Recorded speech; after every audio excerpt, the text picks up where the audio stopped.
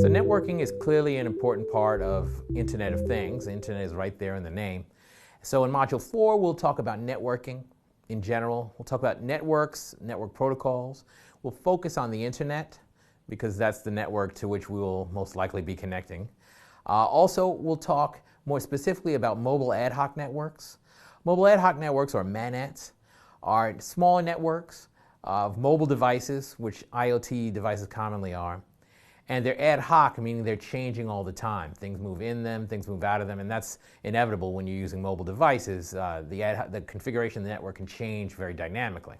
So we'll talk about MANETs and how there are different protocols used for MANETs and how you design and implement an Internet of Things component with networking in mind.